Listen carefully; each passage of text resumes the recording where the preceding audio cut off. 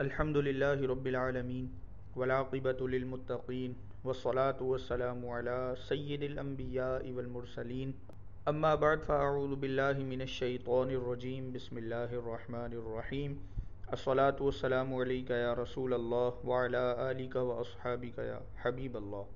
السلام علیکم ورحمۃ اللہ وبرکاتہ۔ فہد کے والد شہد کا کاروبار کرتے تھے۔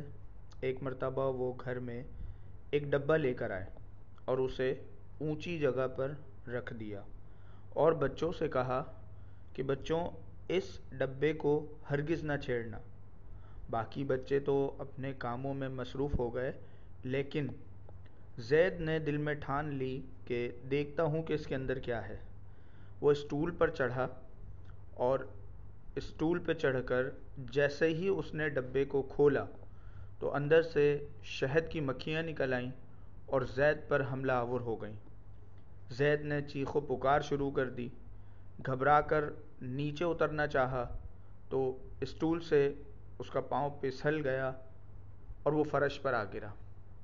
چیخ و پکار سن کر زید کے ابو وہاں پہنچے اور کسی طرح شہد کی مکھیوں کو وہاں سے بھگایا اور زید کو ابتدائی طبی امداد فراہم کی۔ مکھیوں کے کاٹنے سے زید کا منہ اور ہاتھ پاؤں جگہ جگہ سے سوج چکے تھے۔ کچھ دیر بعد جب اس کے حواس بحال ہوئے تو ابو نے اسے سمجھاتے ہوئے کہا، بیٹا میں نے آپ کے بھلے کے لیے ہی ڈبے کے پاس جانے سے منع کیا تھا۔ تو پیارے بچوں، دیکھا آپ نے کہ اپنے ابو کی بات پر عمل نہ کرنے کی وجہ سے زید کو کتنی پریشانی اور تکلیف کا سامنا کرنا پڑا۔ لہٰذا ہمیشہ یاد رکھیے کہ ماں باپ کی بات ماننے میں فائدہ اور ان کی نافرمانی کرنے میں نقصان ہوتا ہے۔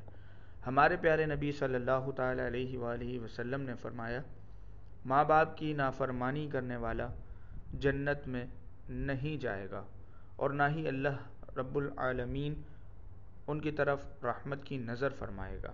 اللہ تعالی ہمیں اپنے والدین کا فرما بردار بنائے۔ آمین بجاہ النبی الامین۔